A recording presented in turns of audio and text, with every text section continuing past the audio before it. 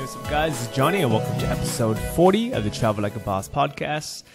This week, we're going to do something that we've never done before, but I'm really excited about, is I have Ben Finnigan back on the podcast. What's up, Ben? Hey, thanks for having me back on the podcast, Johnny. And I must say, I've been here 8 full days, and I've got a ton done. Well, that's actually the whole reason why I wanted you on. It wasn't because we couldn't find another guest. It was because I really want to hear the story.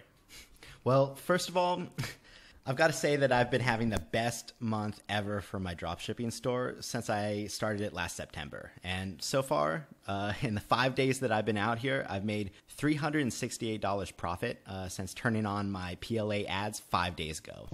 You know what? I told you to do that. Like, I don't want to say I told you so, but I was like, dude, turn on your freaking ads. And originally you thought it was going to take you a month to start making sales again. But I mean, it was, how many days after? I actually made my first sale just 45 hours after turning it on. I got my first sale. Okay. I mean, that's a good thing that you don't have to wait that long. But you know what? Even though there's a lot, I want to talk about all the things that you've accomplished this last week, but also by just having you here, I've actually accomplished a lot of cool things too. So let's kind of just get straight into it, because back in the US, how much would you actually accomplish during a typical week? Oh man, my productivity, I thought it was good back in the States, but now that I'm out here, it's way, way higher. Just things like going to the store and picking up groceries and then preparing those groceries and then cooking. Since I've been out here, I've had, just because of that one scenario, I've saved more than 15 hours per week because I don't have to do any of that. Instead, I just go to a shop, grab something to eat, and I'm out. And I'm able to spend more time in the office working and able to have more fun time doing what I want. So I actually took my first full day off since I started dropshipping in September. And on Sunday, I even though I worked a little bit, I got to work on stuff that I wanted to work on. So I got to work on my blogs opposed to working on my dropshipping stores and stuff like that. So you make two really good points. First off, the no laptop Sunday rule. That's something I've been implementing pretty much since I started my store, because I was really tempted to work 7 days a week, 10 hours a day or 12 hours a day. But your actual productivity goes down if you continue to do that for too long. So it's been over a year now. Every Sunday, I take a complete day off from even opening my laptop. The only time I'll open my laptop is if I have to get directions somewhere, or if I want to watch a movie on it or something. But as far as business or even Facebook, I just don't go on it for an entire day. Yeah, that's something that I'm not able to do yet because I'm still bootstrapping. I'm still really trying to make it work. So on Sunday, I didn't do anything with my drop shipping store, but I did spend time to write a blog post for one of my 2 new blogs. All right. And we're going to get into that in a second. But honestly, man, I really believe that. I mean, maybe you can get away with it for a few weeks in the beginning, but eventually it'll catch up with you. Like having that break, that mental break once a week, I guarantee you in the big scope of things, you will actually be more productive. Yeah, I've been going to the office at about 6:30 in the morning and then leaving around 9 o'clock at night from Monday, Tuesday, Wednesday, Thursday, and then Friday I left a little earlier. So I was doing like 14-hour days and really hitting it hard. I've gotten a lot done, but I definitely needed that rest day. You know, that's to people listening that have a normal 9-to-5 job back home, that sounds like a terrible life. But to be honest, I had so much fun. It was really like one of the best weeks in terms of like meeting new people and just having a fun time doing stuff that I like to do. You know, I think the exact same way. I've been, really putting in hours these last couple of weeks, getting work done. But it's because I know that 3 weeks from now, actually 2 weeks from today, I'm going to go to Europe and I'm going to spend the whole summer, really not doing that much work. And even next weekend, actually this weekend, I'm going to Pai, which is a small, I guess it's a town, village, a little village, a few hours outside of Chiang Mai. I'm going with my girlfriend and we're staying at a really cool little hotel resort that every single person who's ever been there has mentioned how great it was. So when I get back from that, I'll talk more about that on another episode. But I mean, really, it's just going to be 4 days of not doing any work and relaxing. So I really wanted to crush it before that. And I think, you know, you kind of have the same mindset where right now you're just starting out, you know, you want to start crushing it as much as you can. Yeah. I mean, this has been a really good week so far, and I hope that it carries over throughout the month because so far I made, like I said, $368 in profit. But, you know, that's really not enough to live here if I don't continue to kill it the rest of the weeks in the month. So I'm really going to focus like another 1 or 2 weeks on my blogs, and then I'm going to hit it hard on my e-commerce store. Okay. I mean, to a lot of people, they're probably thinking, why don't you just focus first on your e-commerce store since it's up and running, it's already making money? Why not just get that to, you know, to double that, and then you can spend all the time you want on your blogs? Well, when I originally came out here, I arrived in Thailand with only $740 in cash. I wanted to arrive with more than $2,500 and give myself a buffer so I'd be able to hire staff to manage my e-commerce stores and also to help me to upload products. But I made a $2,000 mistake on my way out here and landed with less cash than I wanted. So you can actually read more about that on my blog, Bootstrapping HQ, and you can read about my $2,000 mistake and how you can avoid it doing one simple trick. All right. I'm guessing that $2,000 mistake is you missing all your flights, right? Yes. So what happened was after I listened to Veer's podcast with Johnny, I immediately bought a ticket for 1 month later and sent my passport out to the embassy to get a new visa. But what happened was there was some political instability in Thailand and they had a coup. And so somehow my visa ended up taking way longer to arrive, and I ended up having to lose my first ticket. And so it wasn't a big deal. I ended up losing about $300 of value because I bought it through cheaptickets.com.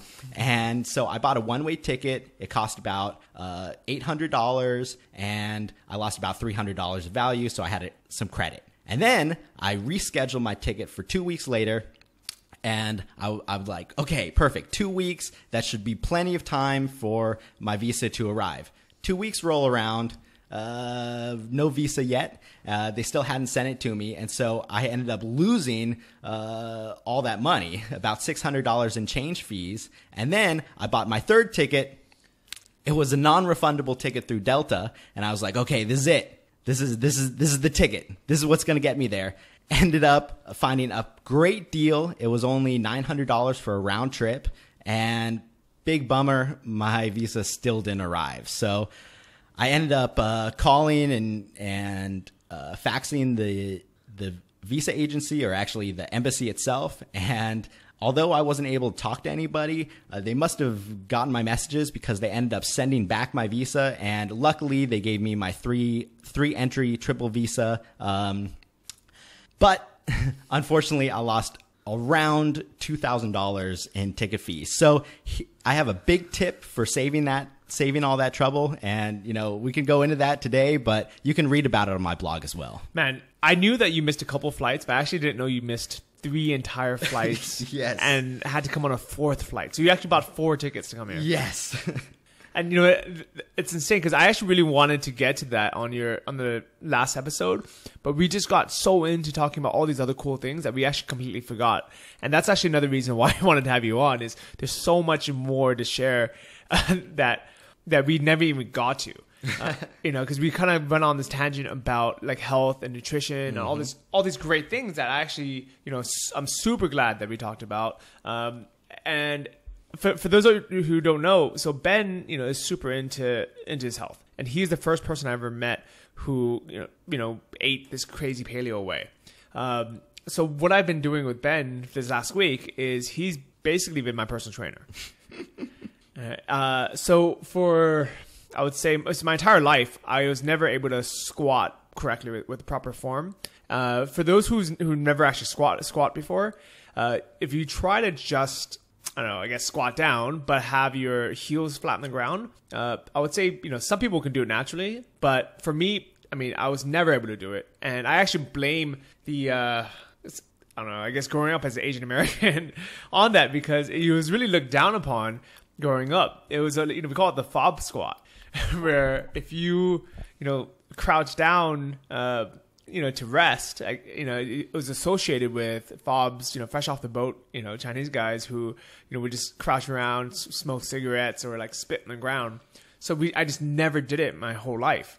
Yeah, and I have to say that Johnny, he had extreme mobility issues. And, I'd gone through similar things myself, considering I've had 5 major knee injuries, and I've had to basically reteach myself how to walk, how to stretch, and how to squat. And so, luckily, I met Johnny, and we went to the gym, and I noticed that he had serious issues squatting. He really couldn't get down further than, he definitely could not get anywhere down near parallel. And, he was having some issues. And so what we did was we worked on restructuring and re-engaging muscles that he had trained himself to not engage. Well, before we get into that, I do thank CrossFit for making me, want to learn proper form and squat. If it wasn't for that, I never would have even, tried, I guess, like the form and mobility and things like that. So I'm really grateful for that. The downside to CrossFit is they want you to do the workout no matter what. So you scale it, or you kind of do other things to kind of assist yourself in it, which I understand. They don't want you just sitting out for 3 months while you gain your mobility. So what they taught me was put weight plates under my heels, so I can still squat, I can still do the exercise, I can still do the workout of the day, but while I work on my mobility. So I've been doing that for a year, and I've been really, I made progress, but it was such a slow progress that I was, kind of thinking, well, this is it. There's no other option. Now, Ben just forced me to do, he basically just said to me, he said, when he was watching me do it and I had the weight plates, he's like, no, take those away. You don't need these shortcuts. You don't need any of these additional tools. He's like, just squat normally. And I said, I can't. I just physically cannot do it. And he said, well, if you can't do it, just do as much as you can, but don't cheat. And that was a big mindset shift where I always assumed, having the tool in the beginning would benefit me, but by actually completely taking away the tool that was supposedly helping me, it actually forced me to just basically just do it correctly or not at all.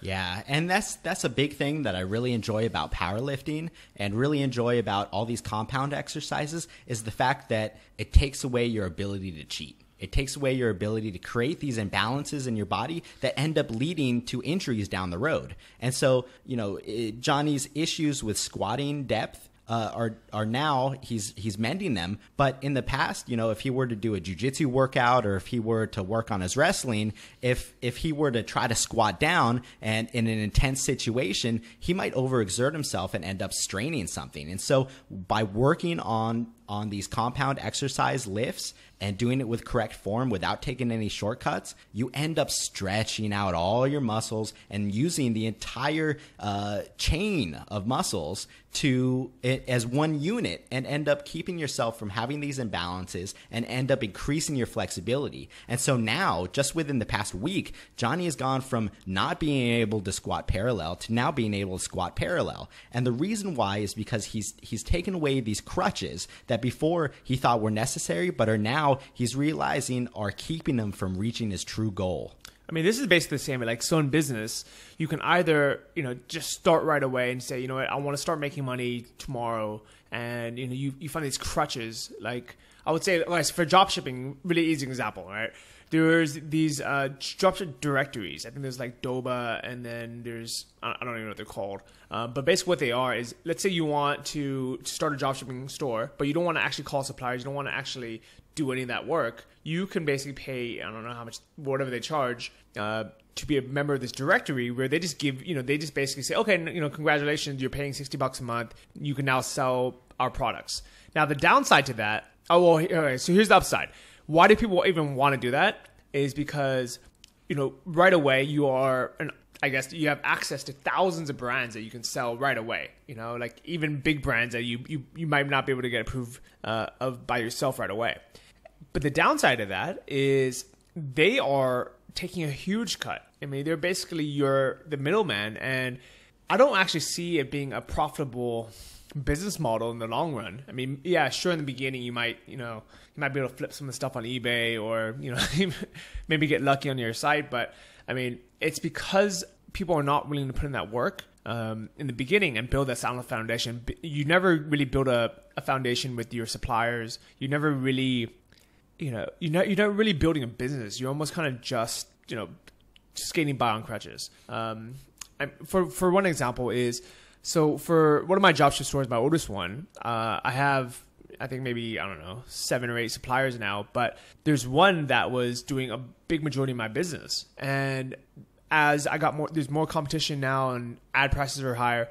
If I had continued my same, pricing model with them, I'd actually, it would not be profitable now. If somebody came in now, the margins are so slim, the advertising is so expensive that you just can't make money. And the only reason why I'm able to have that store be profitable still is because I've built a really good relationship with that supplier, and I've sold enough with them throughout the years where I'm now at tier 3 pricing.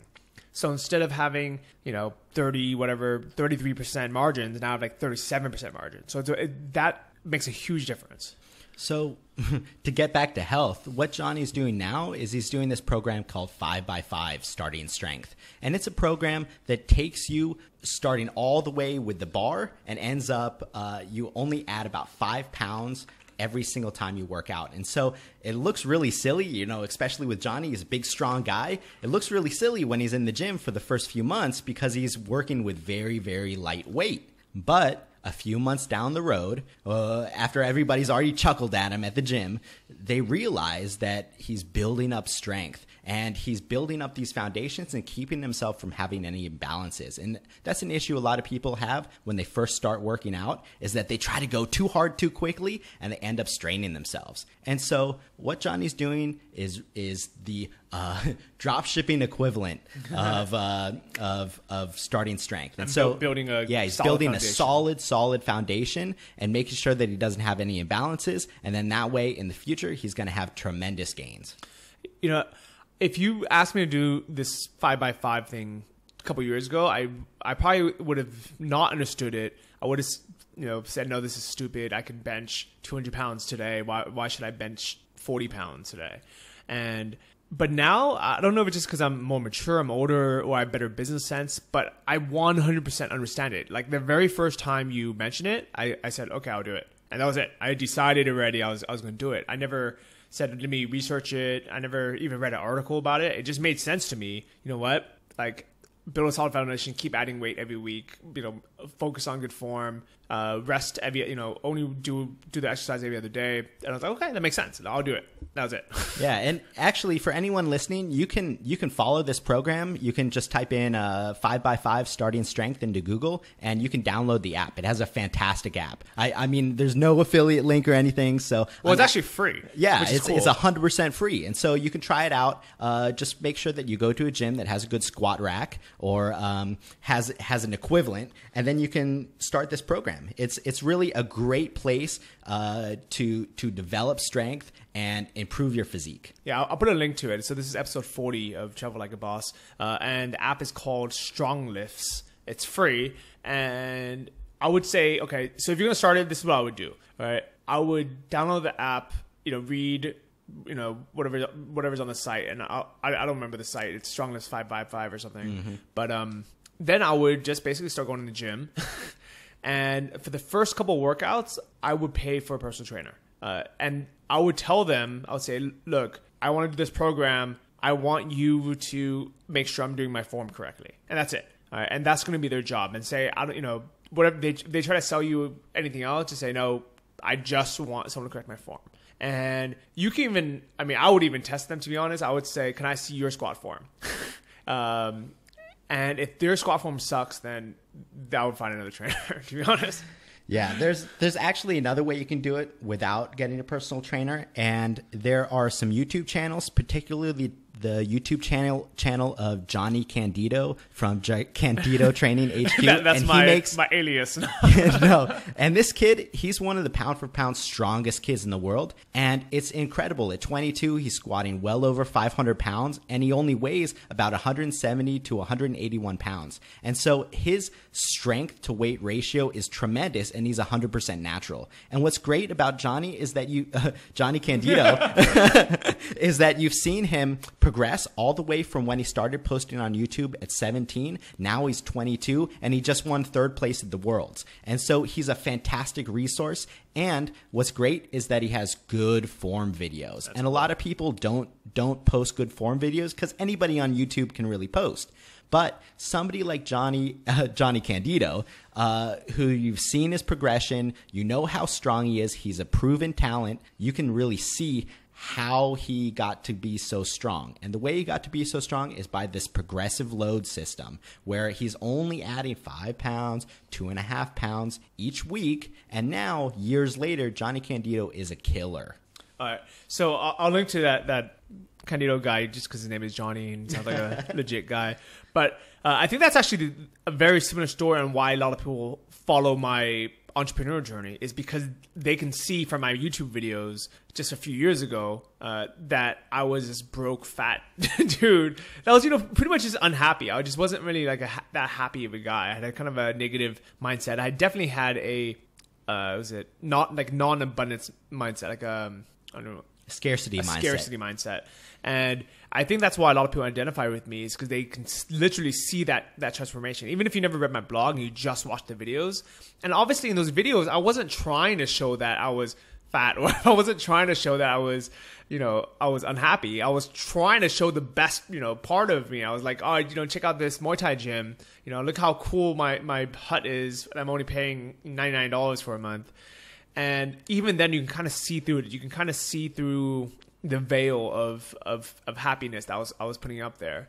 And now I'm turning 33 in a few days, and I can honestly say that this is the best year of my life. Yeah, I've if you listen to the first podcast, you know that I've known Johnny for a couple years now, and to be honest, this is definitely the happiest I've seen him and the most content version of Johnny I've ever seen, and certainly the most positive version of Johnny I've ever seen. Because before, he was a nice guy, but he would make these little underhanded comments and sort of put people down, and I think that it was a lack of confidence. And now seeing how confident and how constructive everything Johnny says is to not just me, but to everyone around him. He's just a really positive person and really interested in helping everyone around him. Well, before, when you're unhappy or when I was unhappy, the easiest way to feel good about our own lives is to kind of undercut other people's success. So if I see someone who, let's say they're really good at Muay Thai, I might say like, oh, you know what, he has good genetics.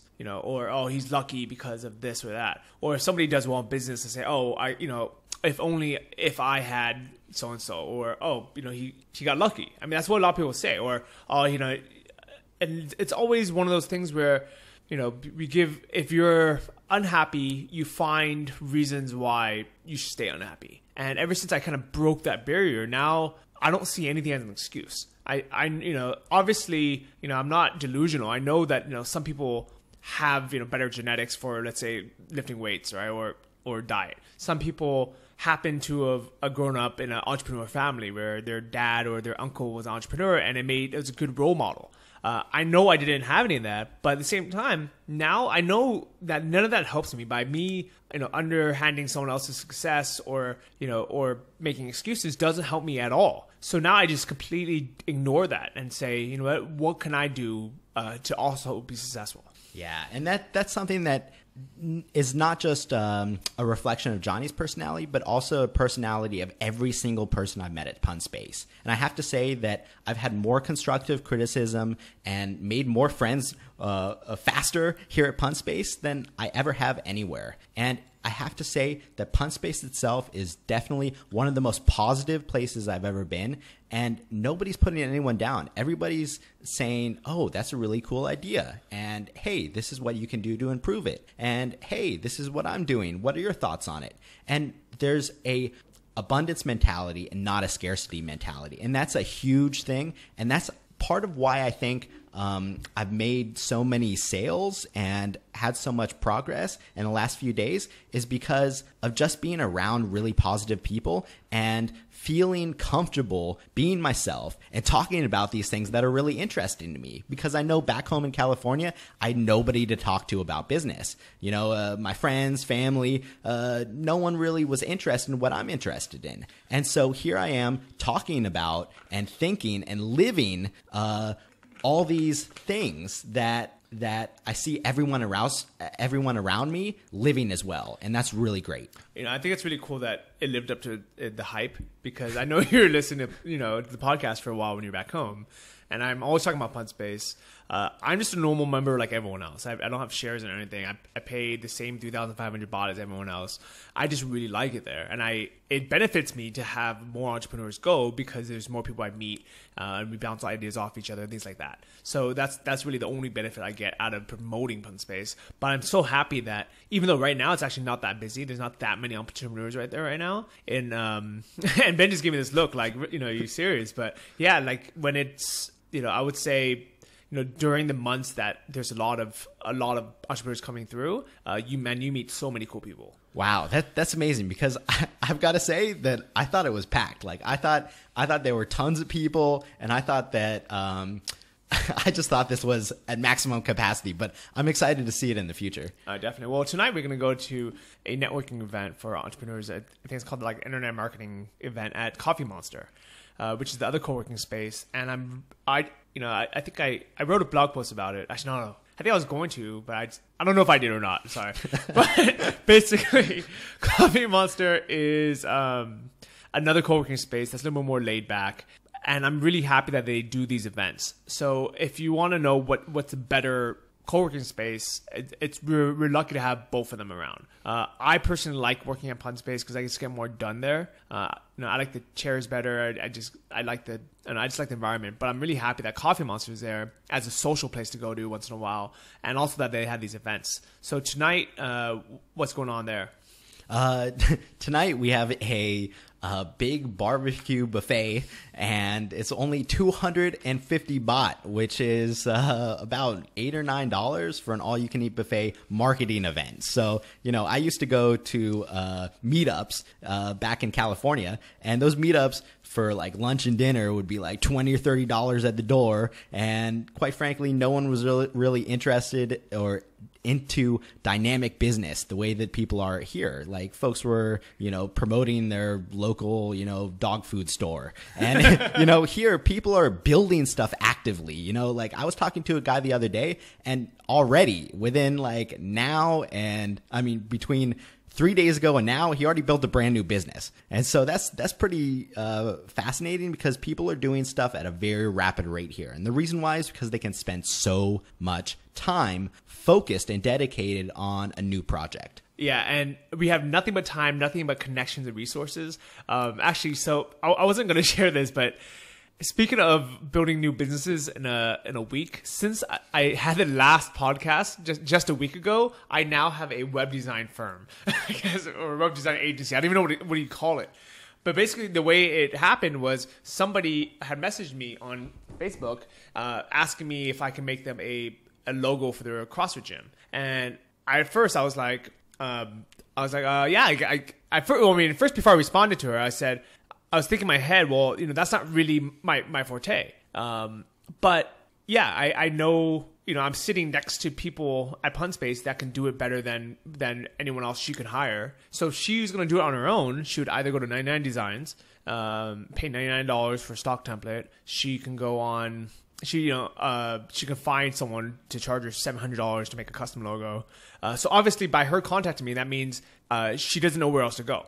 So I said, okay, yeah, I'll do it. No worries. And I figured I'll just outsource it. And at first I was like, oh, maybe I should outsource it to Fiverr or something and get like and what I was gonna do is I was gonna go out and get 5 different logos, and it cost me $25, and I could choose from those 5. But I just happened to be sitting next to Ben with his logos, and I was like, all right, well, how about you do it?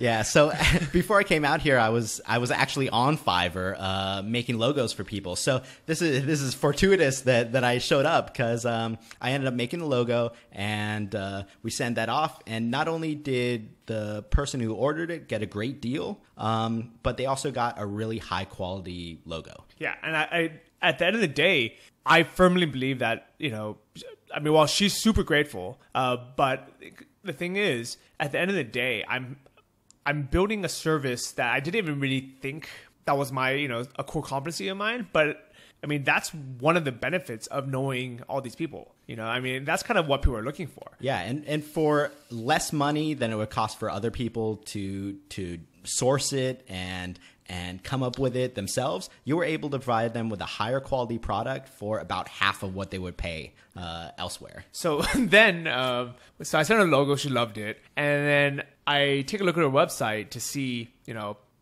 what's on the website, just so I can get ideas for it. And the website was, I can't even describe how bad it was. It was the worst website I've ever seen. Like, I think every single person who I showed the website to asked me, is it done loading yet? Because as soon as I saw it, I started cracking up. And not just me, but like everyone that had glanced at the screen was cracking up as well. And it's no offense to anyone that was involved with the website. It's just, we were able to provide so much value. So to be fair, the website probably wasn't always that bad. I'm sure it was never that great. But what had actually happened, and I don't want to get into too many personal details of it, but from my understanding of it, there was an ex-partner or something, and then when they left, they kind of left the website in shambles. So they needed a new website, but obviously they didn't know who to go to, and they just happened to be my friend on Facebook or something. I don't even really know how they found me, but so they contacted me on Facebook, and they said, hey, Johnny, I know you make websites. Can you make us one as well? And I never thought of making people websites, but when I think about it, I own like 12 websites, and I made all these websites myself. And I was like, when it comes to things that I can't do, I just have my friends who are website designers make it. And at first I was a little bit uncomfortable, asking her if she wanted me to design her website, and uncomfortable charging a lot of money for it. But when I kind of talked to more people, I talked to Ben, I talked to a couple other guys that were sitting around the table, and I said, look, here's the situation. This lady has a really terrible website, and she needs a new one. What should I charge, or what should I offer? And they just gave me some ideas. And at the end of the day, I got her new website up within 2 days, and she loves it. And it's probably one of the best looking sites compared to her competition out there. So it's a CrossFit site. It's a CrossFit gym. And if you look at any other CrossFit gym in her city or in her state, it's not only is it good looking, but it's also functional, because I've done CrossFit for over a year, so I know exactly what people are looking for when they go to a site. While a web designer, they would put, maybe the generic details up, about us page, contact us page, but they don't really know what people are looking for. Because I've been to 20 different CrossFit gyms, I've looked at 30 different CrossFit websites. I know when I go to it, I always want to look at the schedule. I want to look at intro classes. I want to look at what the WOD is. And people don't even, a web designer from Pakistan is not going to know what a freaking WOD is. So I just stumbled onto this business, and a week later, not only do I have her website 99% finished, and she is the happiest customer in the world, and I've just randomly basically found another source of income. And I'm very proud of it, because as Ben mentioned, he used to work for a website building company, and they would have charged her how much for that similar site? At least $3,000. I worked as a web designer for about 6 months, and I have to say that I never worked on a website that was sold for less than $2,000, and that's sort of minimum. And how long would it take? It would take 2 or 3 weeks to produce. And so, Johnny provided a great service, a fantastic value, and did it in record time. And so those are the types of things that you can do when you're out here and you have all this free time and all these connections with people that do this professionally. Yeah, and I would say definitely start now if you can. If you know someone that wants a website built, use your network. If you can't do it yourself, use your network to build it. And even people like me are your network, right? If somebody wants to pay you to make a website and you don't know who to turn to, just send me an email or a message on Facebook and say, hey, can I use your web design guy? And I'll say, okay. And that's really all it takes. So if you find, a local, let's say a restaurant or a local business, that needs a new website and they give you a $500 deposit, that they're serious, and you can turn around and basically just hire a web designer and you be the middleman for it. And at the end of the day, what your job is to collect all the information, make sure it goes through smoothly, make sure everyone does it, quickly. And the customer at the end of the day really does benefit from it versus them hiring some random, guy from India or hiring a big, a web firm that's going to charge them, $4,000 for a simple site. Yeah. And so, that now that we're talking about money, maybe we should talk about how much it costs to live here and how much everything, how little everything costs to get started. All right. So here's a breakdown of all my startup expenses. When I originally came out, my target monthly budget was going to be $750 per month, which is roughly half of my fixed costs back in California.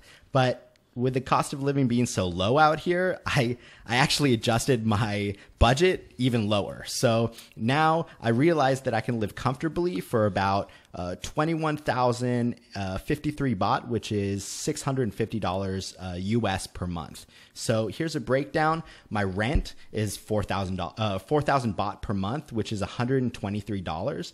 Now, PunSpace, which seems pretty expensive comparatively, it costs about 3,000 baht per month, which is $93 US.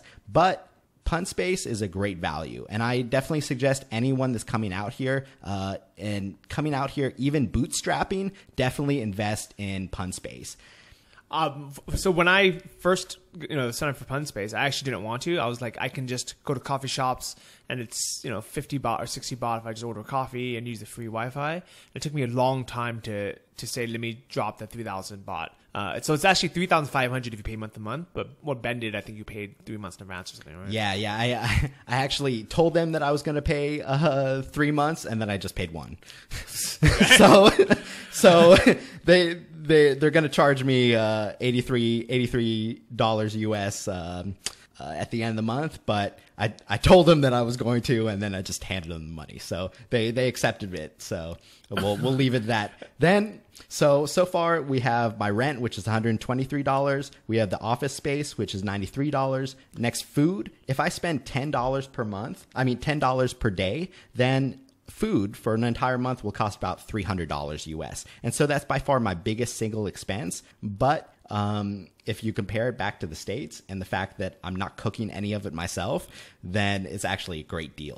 And I'm a bit of a bad influence because I've been convincing Ben to come out with me to eat steak and ribs and stuff like that a few times a week since he's been here. But, it's not actually that big of a deal because, even if you go out to a really nice restaurant, it's only going to cost about $5.80. And so what I do is for breakfast and lunch, I just eat, $1.50 Thai food. And then I actually come in under budget even after I eat like a really big Western meal. And so, all throughout the day, as long as I stay under $10 total, then I'm totally fine. Yeah, I think that's cool. And so for example, on my birthday, I'm inviting all my friends out to this really nice restaurant. It's called Volcano, and it's I would say it's equivalent to like a high end restaurant that has a wine cellar inside of it. So that kind of gives you an idea of what kind of restaurant it is.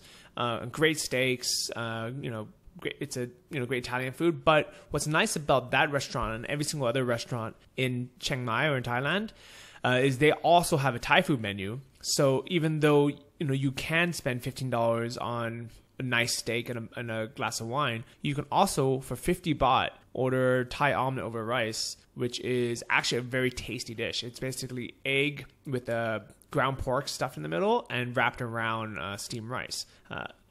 And like in the U.S., you can't do that. You can't go with your friends to a steakhouse and, say, well, you know what? I don't want to spend $20, $40 on a steak or $60 on a steak. Let me just order the value meal, because they just don't have that in the U.S. It's if a place is expensive, it's expensive for everything. Yeah. And so for people that don't know, 50 baht for that meal, for that Thai food, is about $1.60. So you can live really cheap out here. And that's what I've been doing. I've been eating like a big Western dinner, but then I've been staying pretty cheap with the Thai food for my first 2 meals of the day. And the thing is, do you enjoy the food? Oh, it's fantastic. It's great. And it's so much more flavorful than anything you can get for $1.50 back in the States. I mean, for $1.50, you can't get anything. I remember, and this almost sounds retarded now thinking about it, but back when I lived in LA, I had this goal where if I can spend $2 a meal, I can live. I can afford to live in like a cool area in LA. So the only way I could think of it was to buy like Lean Cuisine TV dinners when they were on sale for $5 for $10. Oh my god! So, and this was my idea of saving money, but also being on a strict diet at the time. I was like, okay, if I eat one Lean Cuisine 3 times, 3 Lean Cuisines, 3 times a day, or whatever that means. One Lean Cuisine 3 times a day. It's $6 for the day, and I'm only eating 1,000 calories. And that way, I'll lose weight, I'll be in shape, and I'll be under budget. And that's so silly.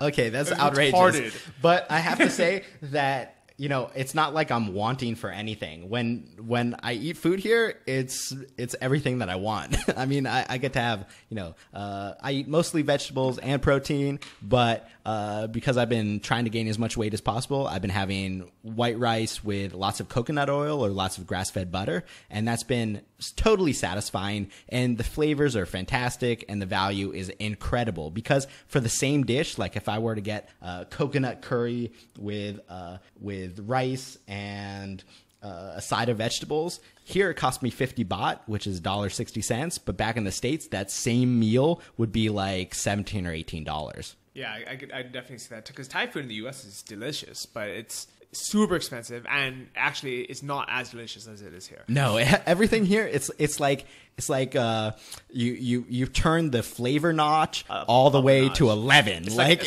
Emerald is there. Yeah, it's so good. I can't even explain it. I wouldn't know, because ever since I moved to Thailand, I refused to eat Thai food back in the U.S.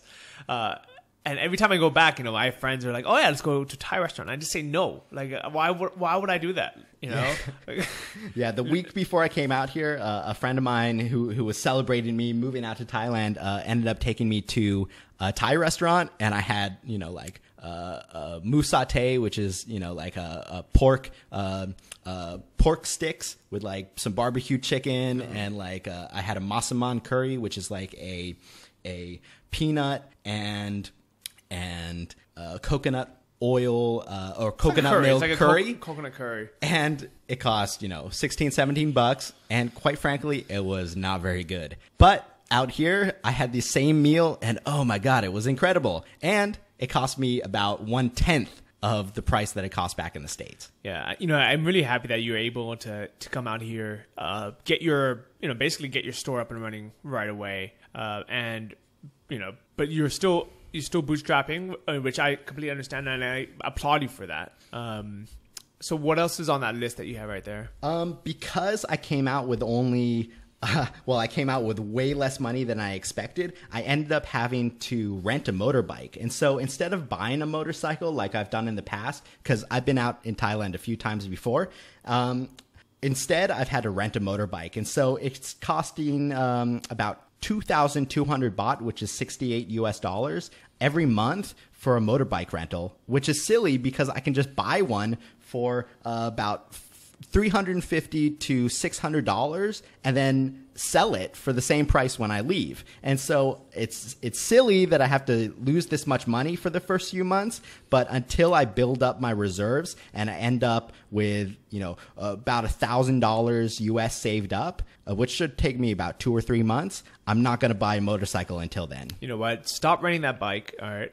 When have you paid that bike up till? Well, I've only been here. This is my 8th day. And so I actually rented it on my 6th day. So, on the 3rd day that I was here. So I've had it for 4 or 5 days. So, I'm at the beginning of my month. So okay. I've got a few more weeks. At the end of the month, give it back. Don't renew it. All right. I'm going to be in Europe for the next 2 months. So just take my bike. You could just borrow it. No charge. Oh, man. Thanks. That's awesome. All right. And then when I get back, if you still haven't, saved up enough to buy a bike, I don't see why you wouldn't. But I wish you would have just told me, right? If you just gave me that 2,500 baht, I would have said, look, let me go out and buy a bike. With the, that's another source of income. Right? He's a bike rental. Yeah, I mean, it's literally if you want a super easy way to make some money while you're out here, just keep an eye out for motorbikes that are in decent condition for decent price, and just rent them out to other expats that are coming out that are out for a while. I mean, and the thing is, you can save them some money. So instead of them paying 2,500 baht a month, you can charge them 2,000, right? Or you can charge them 1,800 or whatever you want, and they save money, and you make some money from it. And I mean, think about it: 2,500 baht pays for an entire brand new bike in 5 months, because you can buy a bike for between 10,000 to 15,000 baht. And I actually wrote about this in 12 Weeks in Thailand. That was kind of one of the ways, where you can make money while living out in Thailand is basically renting out motorbikes. And so it's pretty silly that I have that expense, and it's cost me an extra $68 per month. But quite frankly, even with that extra expense, I'm still going to come in around $650 per month. And so I have a buffer of $28 US, which I'll use for shaving cream and new razors and any other expenses that might come up. But all in all, that gives me a budget of $650 US per month. And quite frankly, that's fantastic. I mean, I was expecting to spend at least $750, but I'm coming in a whole $100 less than I expected. Yeah. And that's not even I know you're bootstrapping, but that's not giving up the niceties of life. No, I'm actually having a fantastic time, and there's so many free activities here. There's new temples that I haven't explored yet. There's just even getting on your motorbike and riding around. Gas is so cheap that it's so much fun just to go on a little joyride and check out new sites in the city. And I think it's super cool that you're here and you're finding these things, because even though I've been here for a long time, a lot of the things that you're mentioning, I actually have never even heard of yet. So, for example, on Wednesday, me and Ben, we're going to go check out the what is it? The Chiang Mai University Brazilian Jiu-Jitsu Club. And so, when you train out here, it can be really expensive, like a few $100s per month. Especially if you're going to a place like Team Quest or Phuket Top Team, all these places that charge a few $100s per month. Although you get fantastic training, it's pretty expensive for somebody like myself who's bootstrapping. So there's this place called, there's the university, the local Chiang Mai University. They have a Brazilian Jiu-Jitsu club, and it only costs 300 baht for a membership to the Chiang Mai University gym, which is $9 for an entire year. So it's not $9 a month; it's $9 for an entire year. And so I think they have a pool, they have a weight gym, they have a big badminton court, basketball court, a Thai boxing ring, Thai boxing bags, and a big matted area where the Chiang Mai University Brazilian Jiu-Jitsu Club comes and meets. And so Mondays, Wednesdays, Fridays, and sometimes on Saturdays, they show up and roll around for a few hours. So we're going to check it out this Wednesday, and we'll see how it goes. Yeah, and things like that is crazy, because I've actually been looking for a place to roll, because I do like classes, but to be honest, sometimes I kind of just want a place to roll, especially because Ben, is a pretty high level jiu-jitsu guy, and I could just basically have him teach me some of the basics, and I don't necessarily want to drive out to a customer. And what's really cool is CMU, the university, is literally 5 minutes from PunSpace. Yeah. And so, those are little things that I've been finding since I've been out here, and that I've been, I plan on sharing on my new blog, Bootstrapping HQ. And, these are little things that for someone like Johnny, he's been here a while, these are things that folks that are bootstrapping, there's that missing link that I can sort of share and show people ways that you can be out here and save money while you're bootstrapping your business. Yeah, that's really cool. What else is on the list of things you wanted to talk about? Or what have you accomplished this week while you've been here? I want to let people know what I did with my $740, which I came out here with. So, I expected to have $2,500 when I arrived, but because of my $2,000 mistake, I only had $740 when I came out. So the first thing I did when I arrived was I got a new iPhone 4. And that sounds like a big, extravagant expense, but what's really helped me to do was stay in contact with people through social media. And also, I was able to download the Shopify app, which is allowing me to keep in contact with people. As soon as I get like a new sale, I'm able to email the folks and stay really on top of my customer service, because I expected to come out here with more money and start hiring staff, one person back in the States to take care of the phone, and then like 2 or 3 people in the Philippines to help me upload products. But because I came out here with so little money, I have to take care of all that stuff myself. And so because I don't want to wake up in the middle of the night and answer phone calls, now I just have it alert me every single time I get an email or I make a new sale, and that way I'm able to stay on top of my business. And so even though a new iPhone 4 sounds pretty expensive, it only cost me $210, and that includes a full month of unlimited calling and unlimited data. And that's for a brand new iPhone 4. So you can definitely find cheaper phones out here, but I got an iPhone because I had an iPod, and I already knew the operating system, so it was easy for me to transfer over. Yeah, that's cool. And you know what? I went years without an iPhone, but now that I have one, it makes life so much easier. I mean, just a couple of times that you're driving around and you're lost, and someone can just send you a text with a pin, with a map pin. It makes your life much easier. Yeah, and definitely downloading a Thai translation app oh my God, was a lifesaver. Certainly one of the best investments I made was buying an iPhone or any sort of smartphone and using it while I'm out here. So it was a $210 expense. And then on top of that, I had to put down 2 months of rent as a deposit on my apartment. So even though I'm only spending $123 per month on my apartment, I had to put down a total of $246 as a deposit. So total, including my rent, I had to put down well over $300 and close to $400 just to move in. So that's another added expense that folks that are bootstrapping need to pay attention to when you come out here. Definitely. But when you move to an apartment in the US, you still have to pay first month's and last month's rent and a deposit. And obviously, and then sometimes you have like credit checks and you have utilities that you have to commit to a year for. And people always get tricked where the first 2 months of your AT&T, cable will only be, $49.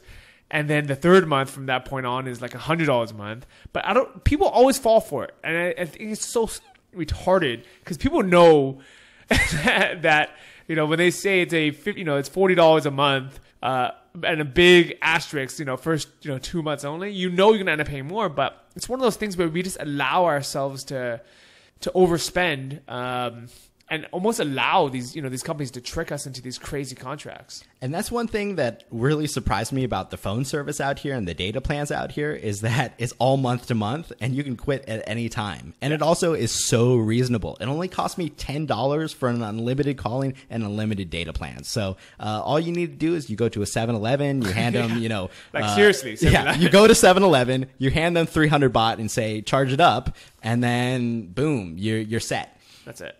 So, along with the phone and the apartment, I also have that $68 bike rental fee. And then on top of that, in the past week, I've spent, in the past 8 days, I've spent $58 for food and water, which brings me to exactly $700. So right now, I have $40 to my name in Thailand. But I have $368 that are sitting in my bank account right now back in the States, and it's being transferred from my account in the States to my account at the Bangkok Bank here in Thailand. And it's done 100% for free through an ACH transfer. Now, the downside to an ACH transfer is that it takes 5 and sometimes 10 days to get your money transferred. So even though I'll be living really cheap for the next week on less than $40 for this whole week, it'll be worth it because I know that I have money. I know that I have a profitable store, and I know that in the future I won't have these issues as long as I continue making sales. So almost exactly a year ago, I was in the exact same position where I had a couple $100 in my U.S. bank account, or one of my bank accounts, and I had to transfer it to another bank account because I think I had lost the ATM card or something for that first bank. So I knew I had money coming within a few days, but for those days I had nothing. I think I had like 300 baht, which is $10. And I was too proud to ask anyone for any money. At that time, I was hanging out with Anton, I was hanging out with Kurt, and they were both killing it online, and they were making tons of money. And it actually, thinking back, I should have just said something. But I remember going out, and what really pissed me off was I think, we had ordered some food, and I think I had to pay with, 100 baht or something, and I was supposed to get back 60 baht in change, right? And they didn't have change, so Kurt was just like, oh yeah, don't worry about it, but not in a way where don't worry about it for me. He was like, I'll give you your change at some point, in time. And I know he didn't mean anything about it, and he didn't know how broke I was, but to not get that 60 baht in change, that $2 in change, ruined my plans of eating for that week. So I know it's good to kind of pull yourself up by your own bootstraps, but if it ever comes to just, something as silly as not being able to eat because you're waiting for money to transfer in, just ask a friend. Yeah, and thank you, Johnny, for actually today when we were at the gym, when we talked about this, he offered to help tide me over. But I'm going to see, because I am running a bootstrapping blog, I'm going to see if I can last for the whole week and only spend $40 US for the whole week. So we'll see how it goes. And one other thing that you can do, what anybody could do, is every single person that comes out here usually has some kind of specialized skill that other people need or want.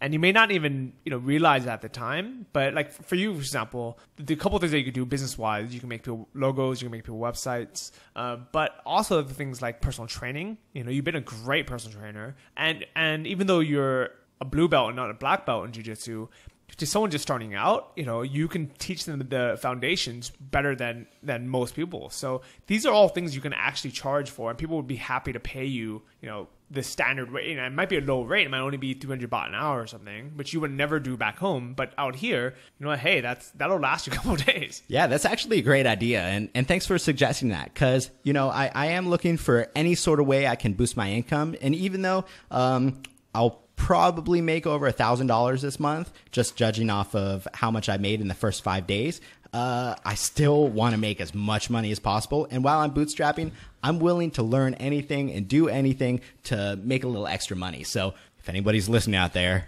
come contact me at PunSpace. Yeah, definitely. And but here's the thing. Here's the honest truth. All right. So why am I friends with Ben? Why am I offering to give him my bike for free and things like this, is because not only is he a cool guy, he's a genuine guy, but he also brings value into my life. He's a fun guy to hang out with, but also he's like, when we go to the gym, he teaches me all this knowledge about proper squat form. He introduced me to this, to the Stronglifts app and things like that, and things that don't actually cost him any money, but it cost him years of research. So these are things that if you bring to the table when you meet someone, they really appreciate that. Versus if someone comes and let's say that they're not not the most interesting person and they don't bring anything at all to the table, then it makes it a lot harder for you to want to go out of your way to help them out. And there are things out there that you might not think are a big strength or might be a unique skill, but something like Johnny just brought up about increasing his knowledge about squat form and improving his squat form and helping him with his flexibility. Those are things that I've had to go through for the past 10 years since I started having knee injuries. Every time I would have a major knee injury and I spent 2 months in bed, then I'd need to re-stretch out all my ligaments. And so there are all these physical therapy exercises that I've learned and I've known how to do. And I've spent years upon years perfecting them because, if you look at a doctor, maybe they've spent, 2 months reading in a book how to do something. And then in practice, because they have so many patients, maybe they've only worked with, 4 or 5 patients over the course of, 10 years that has that exact issue. And so because I've spent the past 10 years dealing with knee issues, I really feel like I'm an expert in knowing how to rehab knee issues. And so when I saw Johnny having his flexibility issues, there are 2 or 3 little tricks that I showed him, 2 or 3 little physical therapy tricks that I've learned and I've used in the past that I was able to greatly accelerate his progress when it came to squat form and flexibility. And so when we started squatting, he asked me, he was like, so how long do you think it's going to take? I bet you it's going to take me 6 months before I can squat deep. And I was like, well, 2 months. And check it out. It's been one week and now he's squatting parallel, which was unthinkable before. And so I have no doubt that within 2 months, he's going to be squatting deep and getting full flexation on his knees. Oh, I do want to thank you. And also I want to mention to anyone else having the same problem, the 2 major things that helped me the most. One was realizing that it's okay to widen my stance and that everyone's body is built differently. And that's something that Ben pointed out. Because I used to think I had to have my feet shoulder width. But, so then if I have it shoulder width, I have to use plates on my heels. But Ben said, you know what? If you have to go wide, just go wide. Yeah. If you look at, squat videos online of like people that squat, 800 or 900 pounds, these professional power lifters, plenty of them squat deep, but they also squat with wide stance. So why not do it? If you have a personal trainer that tells you you have to have your feet facing forward, you have to have your feet shoulder width apart, fire trainer and get somebody that comes at it with a more holistic approach. I like that. The other thing that helped me a lot was a tool that was like a $20 rubber band. I ended up ordering one myself, and I have no idea when it's actually going to arrive from it was Ohio or something. But what's the name of that?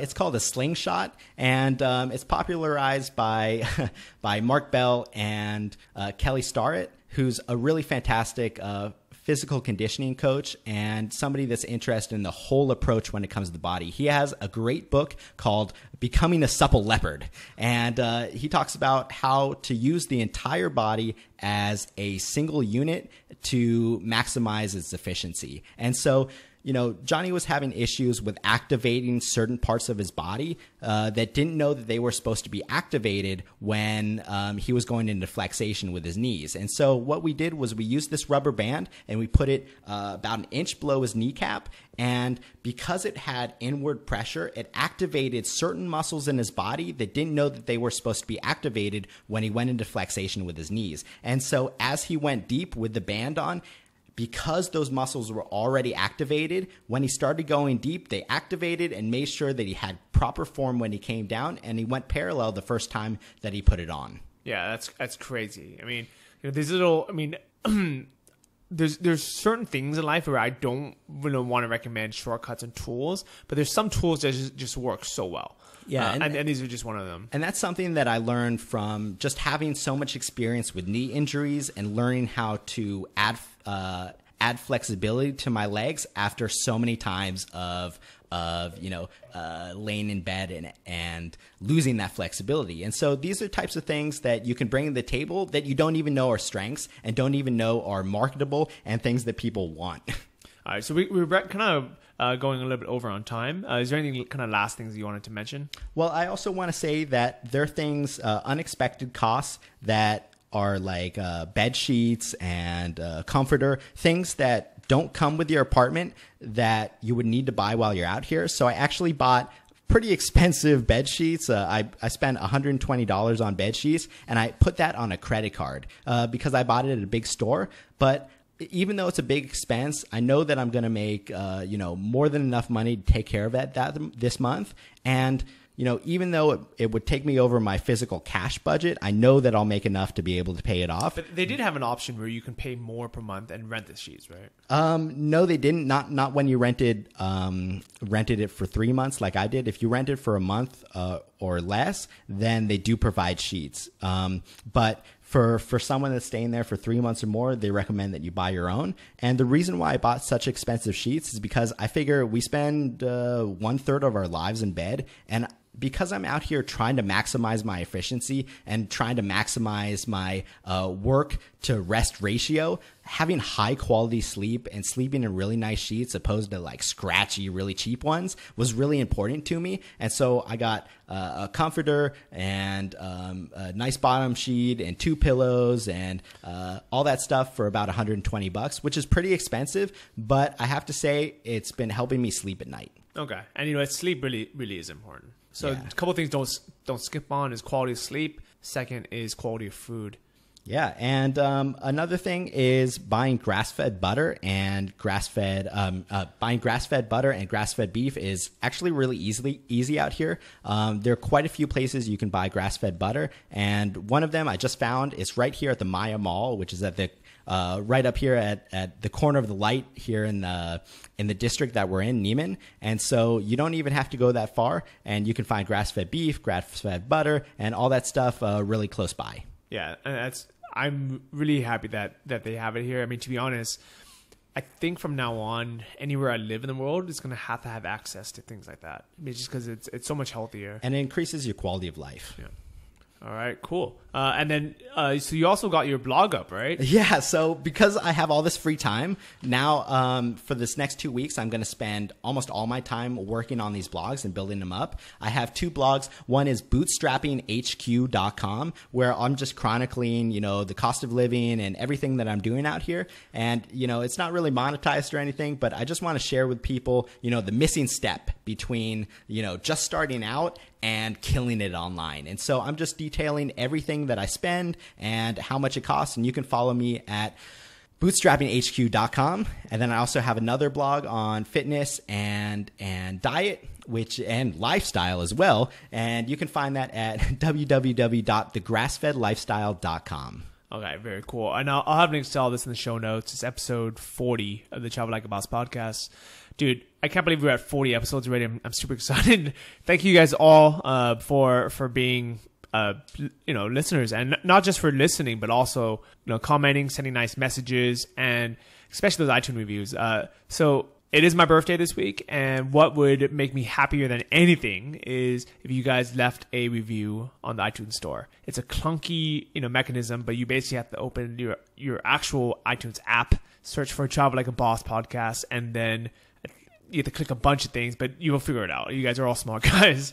So that'd be awesome. If you guys want links to any of the resources, it'll all be there as well. Or you can just go to johnnyfd.com and click on resources. The dropshipping course that both me and Ben took, and the reason why we're both out here is, big thanks to Anton. So that's antonmethod.com. Go Anton. Yeah. And also, if you guys want, you get 20% off Shopify plans for life. And they are now officially a show sponsor. Thank you guys, Shopify. For those who don't know, I've been using Shopify for over a year. That's what Ben uses. That's what Anton recommends. So it's really easy for me to say, I would love for you guys to be a show sponsor.